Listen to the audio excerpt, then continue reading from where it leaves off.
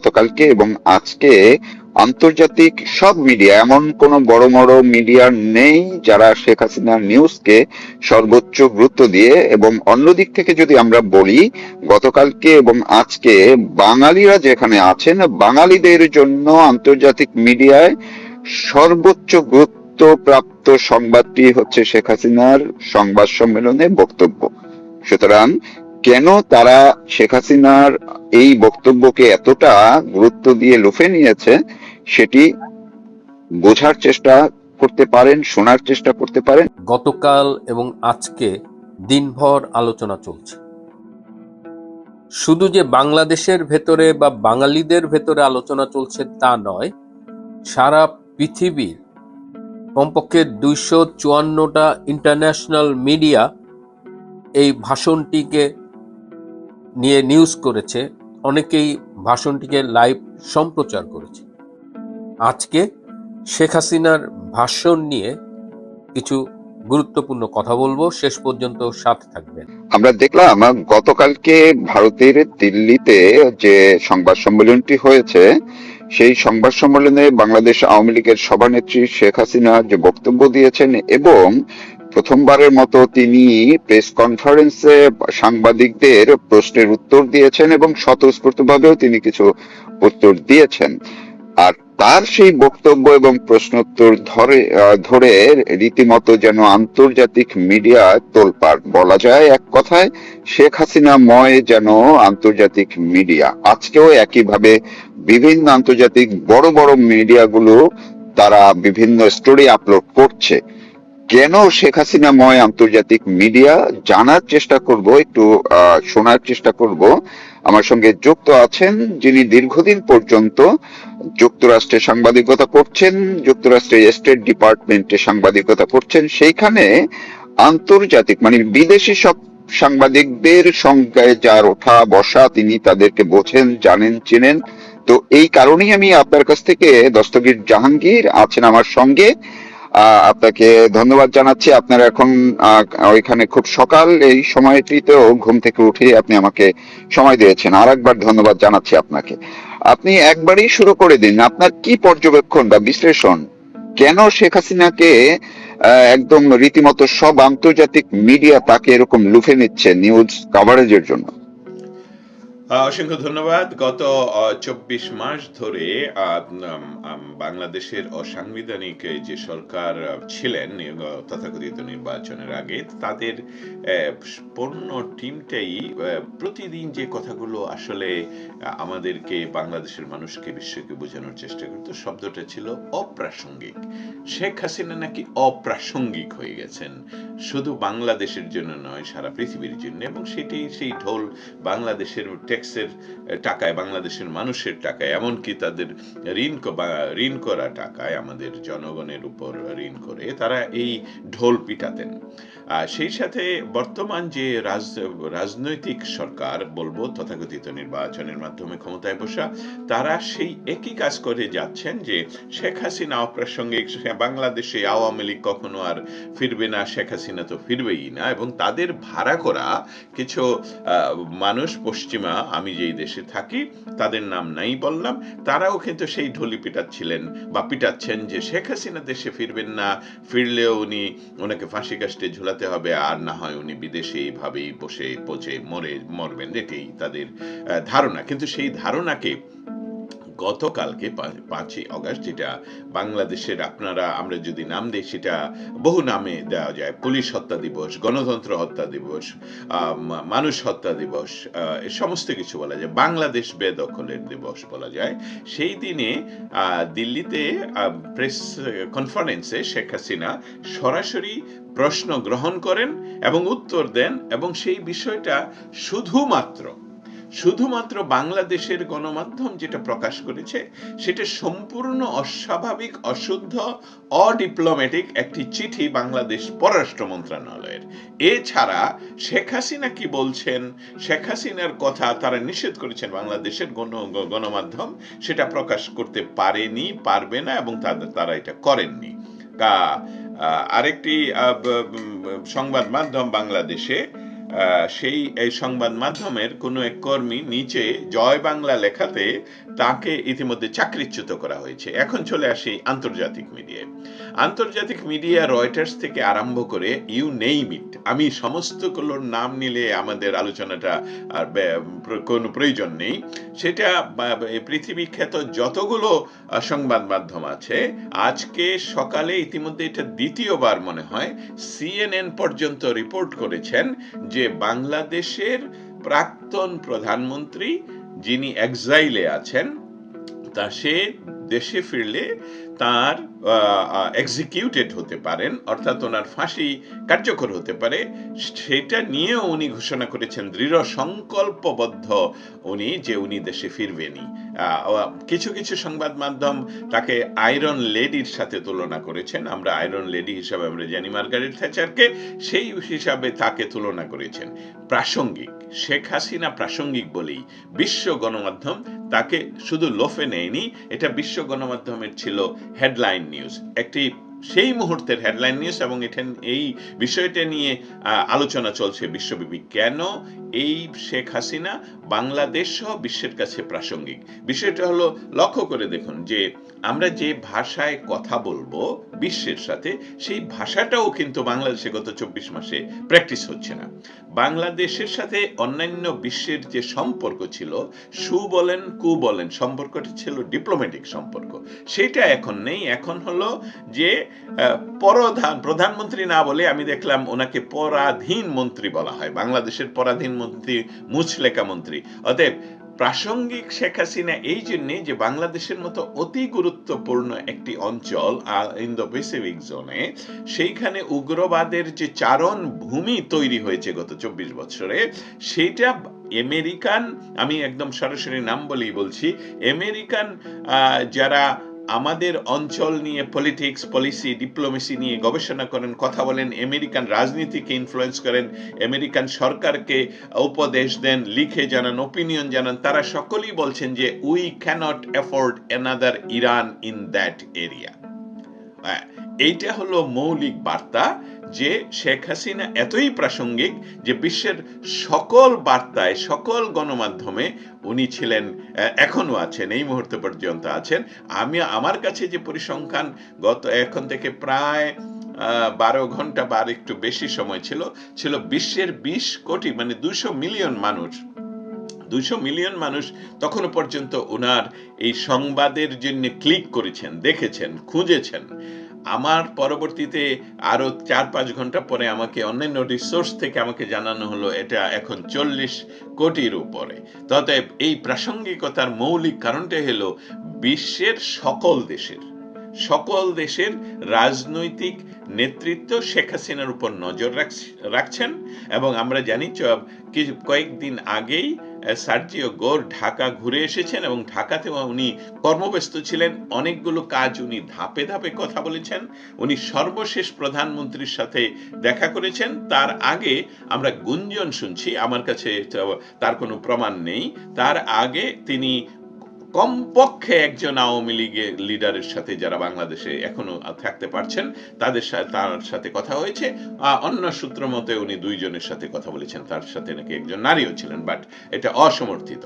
এই সামগ্রিক বিষয়গুলো যদি আমরা ডটগুলো একসাথে করি, বাংলাদেশের যারা মেটিকুলাসলি ডিজাইন করে বাংলাদেশকে বেদখল করেছে এবং ক্ষমতা তারা নিজেরা হাতে রাখতে না পারার কারণে আন্তর্জাতিক যে কোনো পলিটিক্সের সমীকরণে যেহেতু বিএনপি কে ক্ষমতায় বসানো হয়েছে, যার জন্য তাকে বলা হচ্ছে যে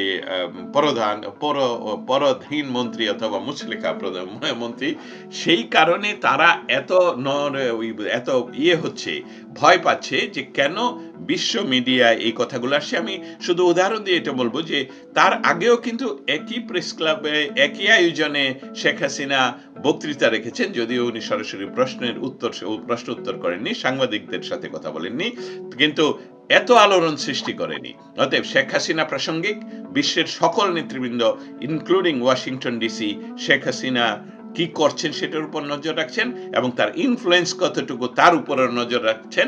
এই জন্য বিশ্ব মিডিয়ার, specially Reuters, CNN, Fox Al Jazeera সংবাদ মাধ্যমগুলো যখন শেখ হাসিনার দেশে ফিরে যাওয়ার দৃঢ় সংকল্প প্রকাশ করে, তার অর্থ হলো অন্যান্য জায়গা থেকেও এটা জানতে চায় আসলে শেখ হাসিনার কি চাচ্ছেন। জি, ধন্যবাদ। আমি একটু, আপনি যে এজেন্সিগুলোর নাম বললেন, Reuters, Fox, BBC, Al Jazeera এই সবগুলোই তো আমরা দেখেছি যে 24-5 আগস্টের সময় কিংবা তারপরে অনেক দিন পর্যন্ত এই শেখ হাসিনাকে পলাতক লিখেছেন, শেখ হাসিনার বিরুদ্ধেই মানুষের সেন্টিমেন্ট গ্রো করার জন্য নানান একের পর এক সিরিজ স্টোরি পর্যন্ত করেছে।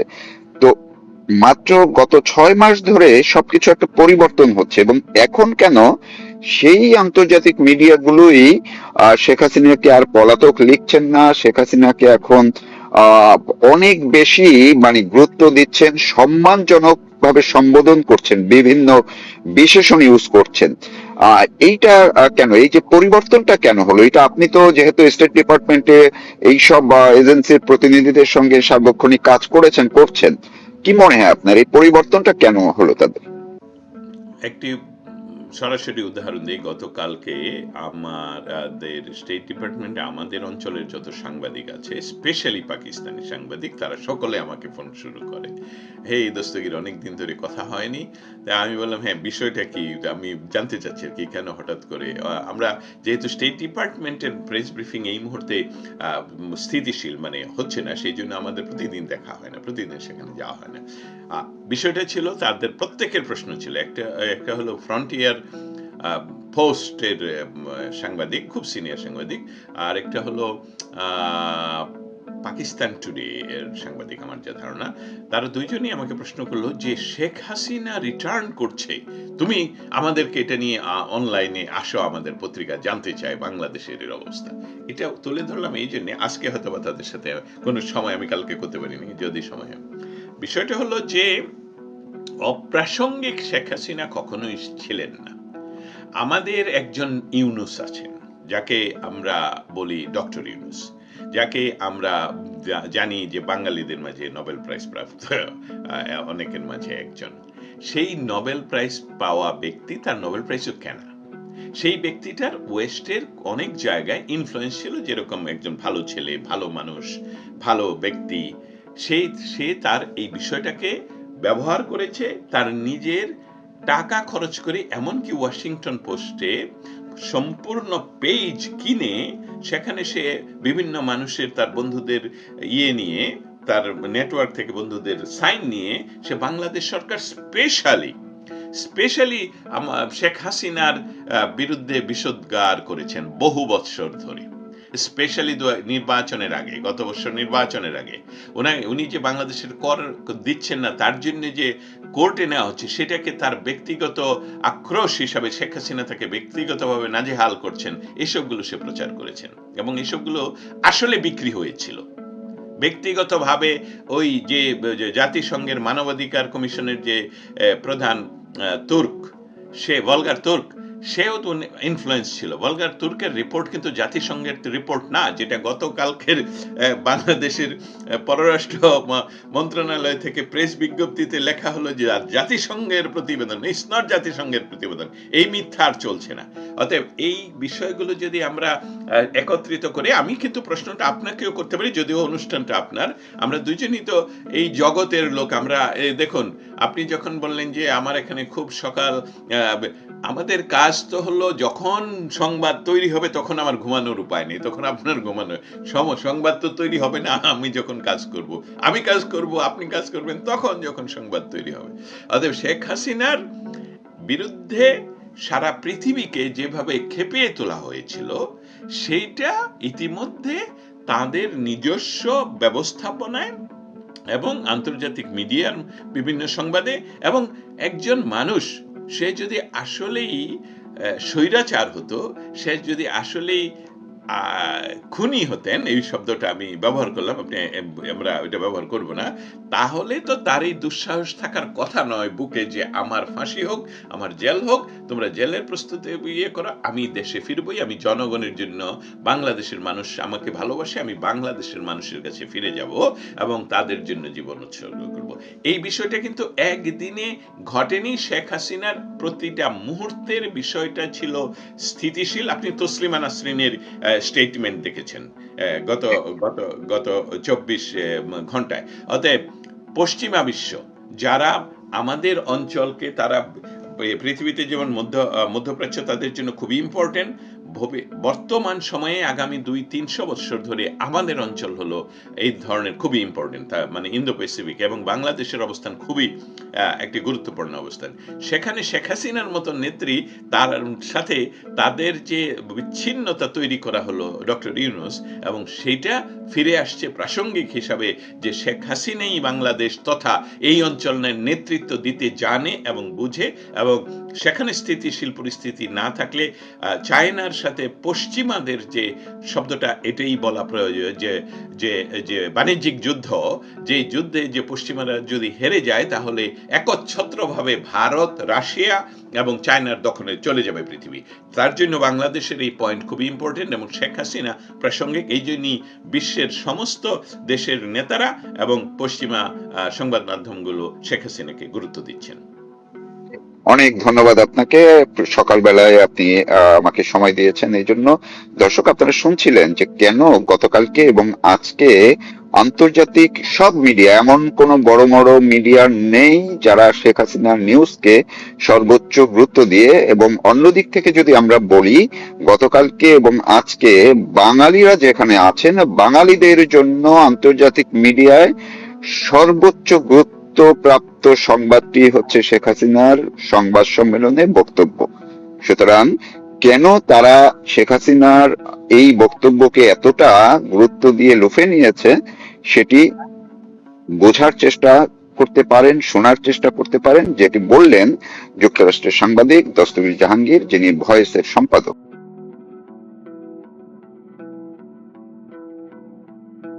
গতকাল বিকেলে দিল্লির foreign correspondents club of south এশিয়াতে যে আলোচনা সভাটি হলো, এবং সেখানে আওয়ামী লীগ সভানেত্রী শেখ হাসিনা যে বক্তব্য রেখেছেন সেটা নিয়েই গতকাল এবং আজকে দিনভর আলোচনা চলছে।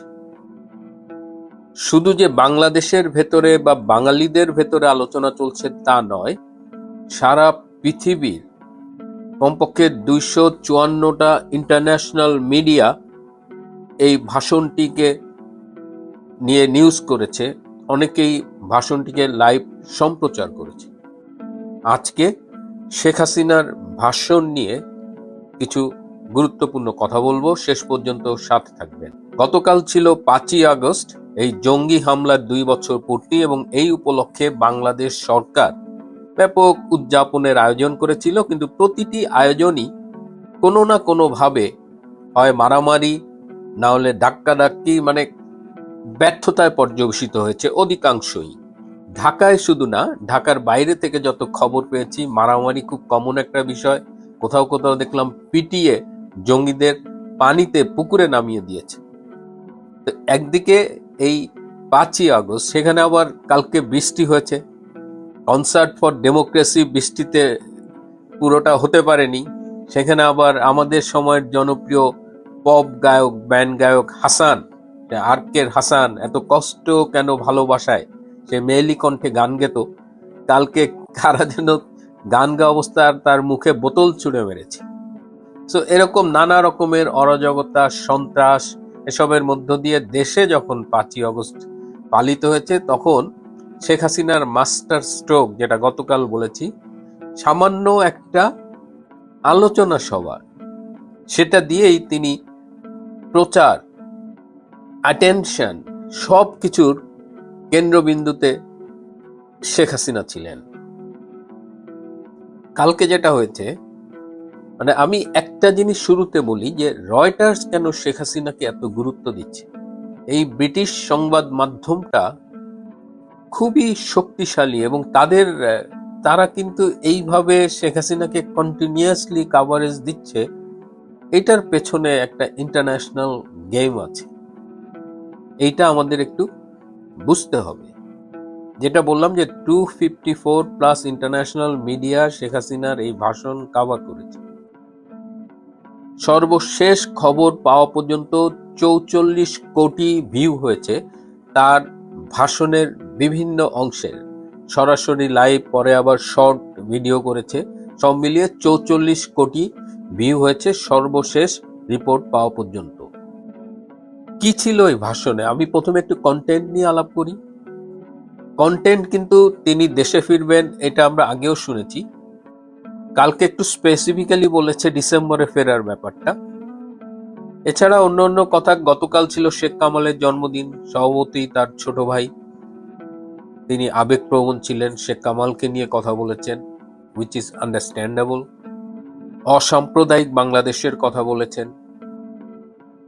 এবং আরো ইন্টারেস্টিং হলো যে কথা ছিল তিনি লাইভে যুক্ত হয়ে অডিও ভাষণ দেবেন, যদিও অনেকেই আশা করেছিল তাকে ভিডিওতে দেখবে।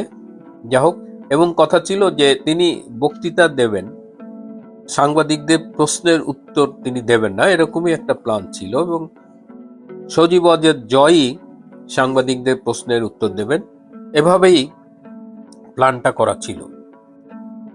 কিন্তু সংবাদ সম্মেলনের এমন একটা পরিস্থিতির উদ্ভব হয়েছে, এবং যতদূর খবর পেয়েছি সজীব ওয়াজেদ জয়ও মায়ের কাছে টেক্সট করেছে যে কিছু প্রশ্নের উত্তর দিতে, এবং শেখ হাসিনা অত্যন্ত স্বতঃস্ফূর্তভাবে সাংবাদিকদের প্রশ্নের উত্তর দিয়েছেন। একেবারে নিন্দুক যারা শেখ হাসিনার নাম শুনতে পারে না, তারা অনেকেই বলছেন যে এই ভাষণের নতুন কি আছে?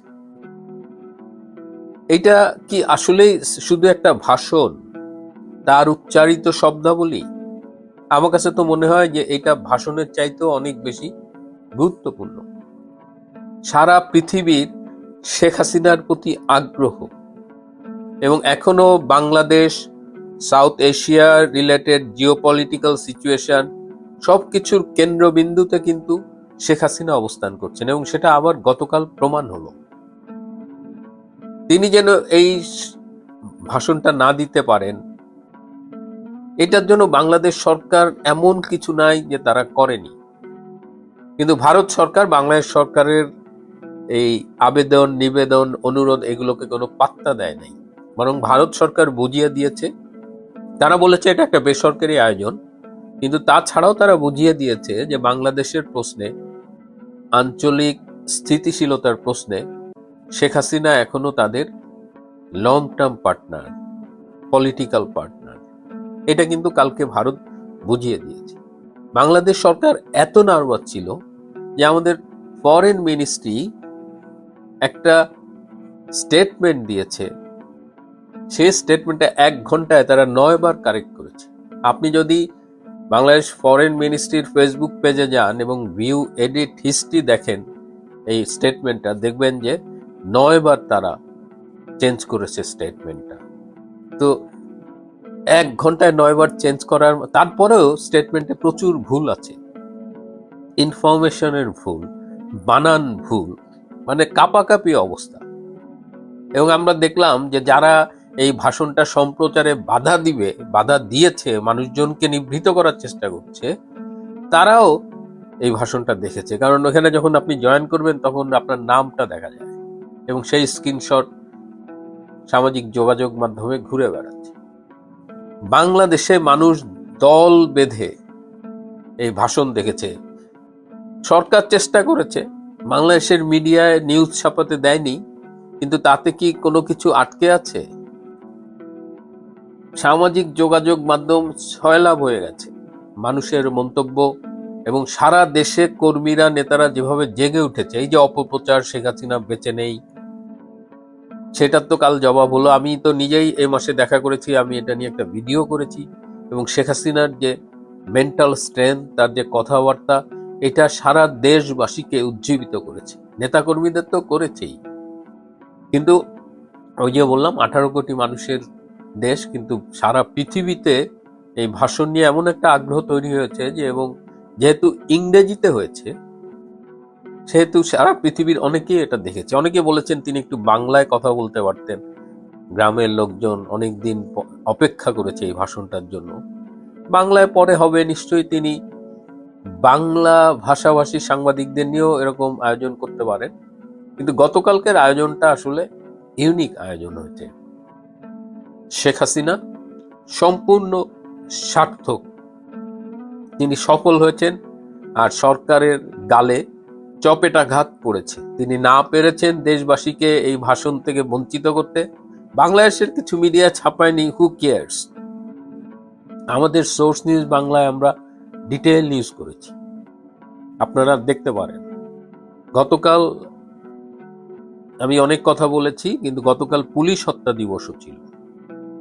64টা থানায় আক্রমণ করা হয়েছে, অসংখ্য পুলিশ হত্যা করা হয়েছে। এই সংখ্যাটা নিয়ে এখনো বিতর্ক রয়েছে।